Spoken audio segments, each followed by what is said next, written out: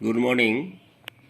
देखिए, आज हम बहुत मेजर इम्पोर्टेंट एक टॉपिक्स डाल रहे हैं।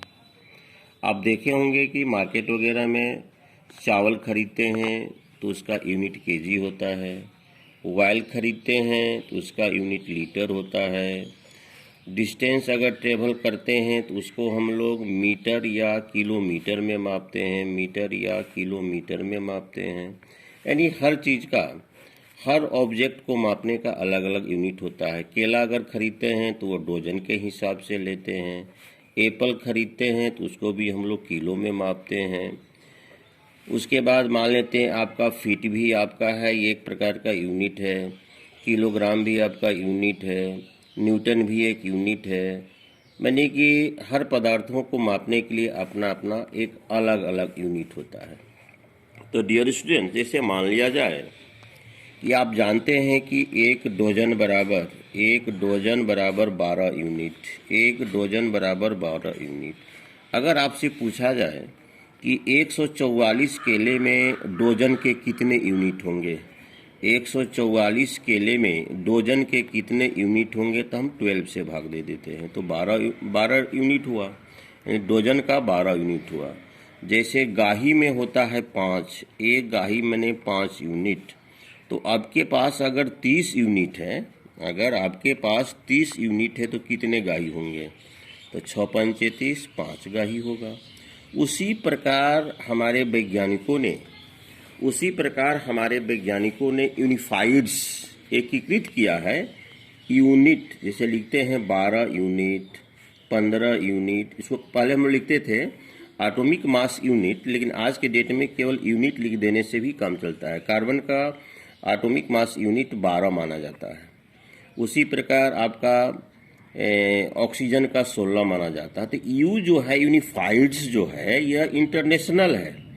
यू जो है यूनिफाइड, जो कि पहले हम लोग पढ़ते थे या लिखते, अभी भी लिखते हैं AMU, एटॉमिक मास यूनिट, परमाणु द्रव्यमान इकाई।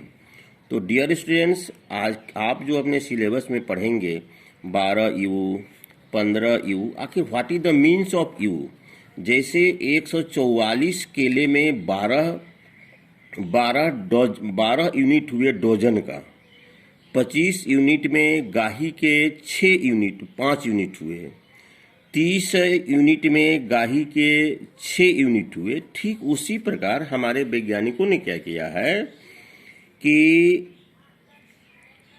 कार्बन के एक परमाणु के द्रव्यमान के 12वां भाग, कार्बन के एक परमाणु का, when 12 part mass of 1 atoms of carbon, 112 part mass of 1 atom of carbon परमाणु, कार्बन के एक परमाणु के द्रव्यमान के 12वें भाग को हम लोग यूनिट कहते हैं, परमाणु द्रव्यमान इकाई कहते हैं। तो हमारे वैज्ञानिकों ने पता किया कि शुद्ध कार्बन अगर आप लेते हैं, शुद्ध कार्बन, तो कार्बन का अगर C लिखा हुआ है तो C के लेफ्ट साइड में देखिए क्या कॉफिशिएंट है, 1 कॉफिशिएंट है। आप नेक्स्ट चैप्टर में पढ़ेंगे। इसको कहते हैं 1 मोल। लेफ्ट साइड में जो कॉफिशिएंट रहता है वह मोल्स को डिटरमाइन करता है। तो कोई भी 1 मोल आपका अणु हो या आयंस हो या कोई भी एलिमेंट्स हो, एटम्स हो, उसके कितने पार्टिकल्स होते हैं, 1 मोल में 6.022 गुना 10 पर पावर 23, 6.022 गुना 10 पर पावर 23 पार्टिकल्स होते हैं। कार्बन के 1 मोल में 6.022 गुना 10 पर पावर 23 पार्टिकल होते हैं, यह ध्यान रखेंगे। 1C बराबर 6.022 गुना 10 पर पावर 23 पार्टिकल्स। और 1 मोल कार्बन का मास वैज्ञानिकों ने मान लिया है 12 ग्राम, 12 ग्राम मान लिया है। 6.022 गुना 10 पर पावर 23।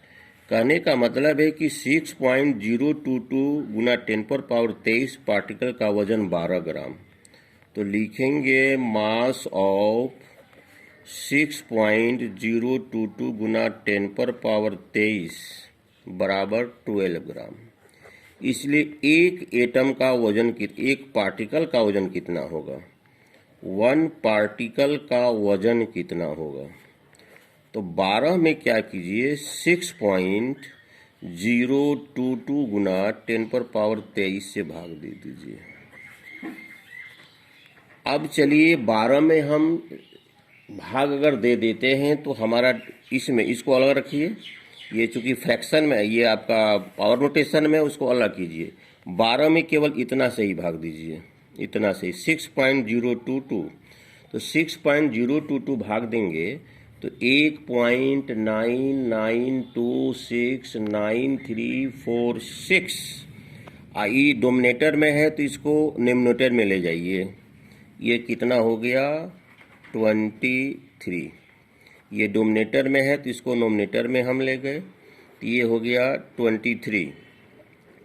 10⁻23 10⁻23। अब चलिए कि ये हो गया एक परमाणु का द्रव्यमान, कार्बन के एक परमाणु का ये द्रव्यमान हो गया। कार्बन के एक परमाणु का द्रव्यमान इतना हुआ, कार्बन के एक परमाणु का द्रव्यमान इतना हुआ। लेकिन एक परमाणु के द्रव्यमान का 12वां हिस्सा हमको लेना है, इसमें 12 से भाग दीजिए। जब इसमें हम 12 से भाग देंगे तो हमारा भागफल कितना आएगा? जब इसमें 12 से भाग देंगे तो हमारा भागफल आएगा 0.16605788। और फिर इसको ऐसे रहने दीजिए, 10⁻³ रहने दीजिए। अगर मान लिया जाए आपको ऑक्सीजन का निकालना है कि ऑक्सीजन में इस प्रकार के कितने यूनिट बनेंगे, जैसे 144 केले में डजन के कितने यूनिट बनेंगे? तो 12 यूनिट बनेंगे। 500 में 100 के कितने यूनिट बनेंगे? तो 100 से भाग देंगे तो इतना यूनिट ऑक्सीजन में कितना बनेगा?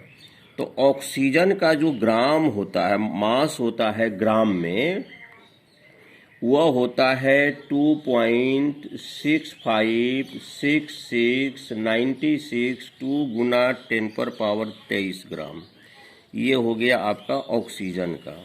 इसमें ऐसे कितने पार्टिकल्स होंगे?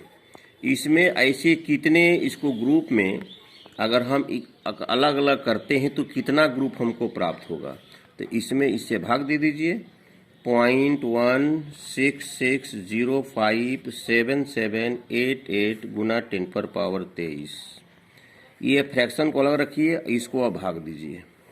इसमें हम भाग देंगे तो कितना आएगा? 15.998624 गुना 5।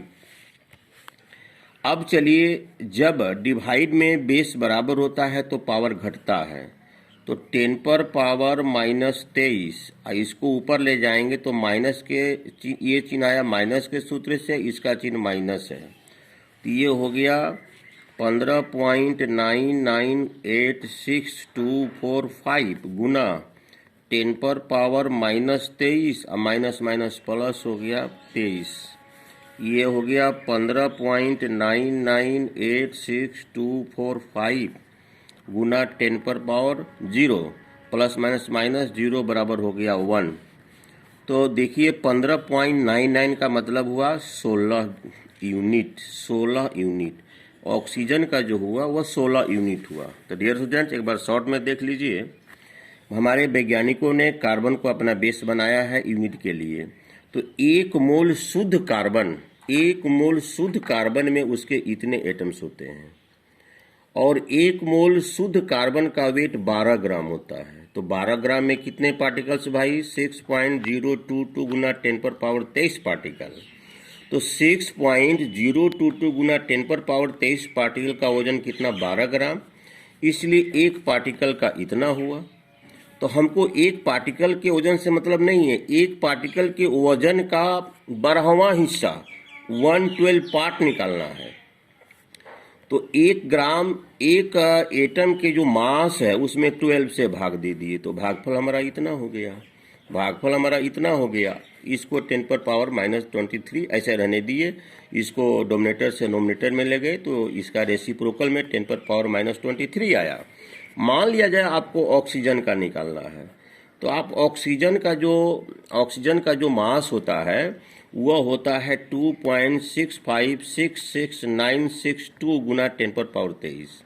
इस ऑक्सीजन के मास में ऐसे कितने यूनिट बनेंगे, इस ऑक्सीजन के मास में ऐसे कितने यूनिट बनेंगे, तो इसके द्वारा दिए गए ऑक्सीजन के मास में हम भाग दे दिए। भाग देने पर आया 15.998625। ऊपर में है 10⁻⁻23, नीचे में भी है 10⁻⁻23। डिवाइड का सिंबल है, तो डिवाइड में जब बेस बराबर होता है तो पावर जुड़ जाता है, पावर को जोड़ दिए तो 10⁻0 हुआ। कहने का मतलब मान लिया जाए कि अगर डजन कौड़ी में 20 होता है, तो मान लिया जाए 100 जो यूनिट है उसके कितने कौड़ी बनेंगे, तो 20 से भाग दीजिए, 5 कौड़ी बनेगा। उसी प्रकार ये तराजू हुआ आपका, ये बैलेंस हुआ, ये यूनिट हुआ। इतने यूनिट की तरह, इतने यूनिट के नमूना इस ऑक्सीजन के इस ग्राम में, इस मास में कितने नमूना बनेंगे, ये ऑक्सीजन का टोटल मास हुआ।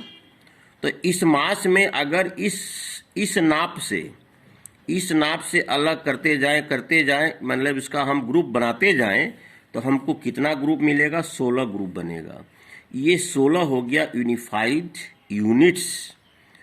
कार्बन के, फिर देखिए कार्बन के 12 ग्राम में इतना पार्टिकल्स, तो इतना पार्टिकल्स का 12 ग्राम वजन, तो एक पार्टिकल्स का इतना ग्राम। तो एक पार्टिकल से हमको मतलब नहीं है, एक पार्टिकल के द्रव्यमान का 12वां भाग से मतलब है। ये 12वां भाग हो गया, ये हो गया। अब स्टैंडर्ड यूनिट तराजू बैलेंस हो गया।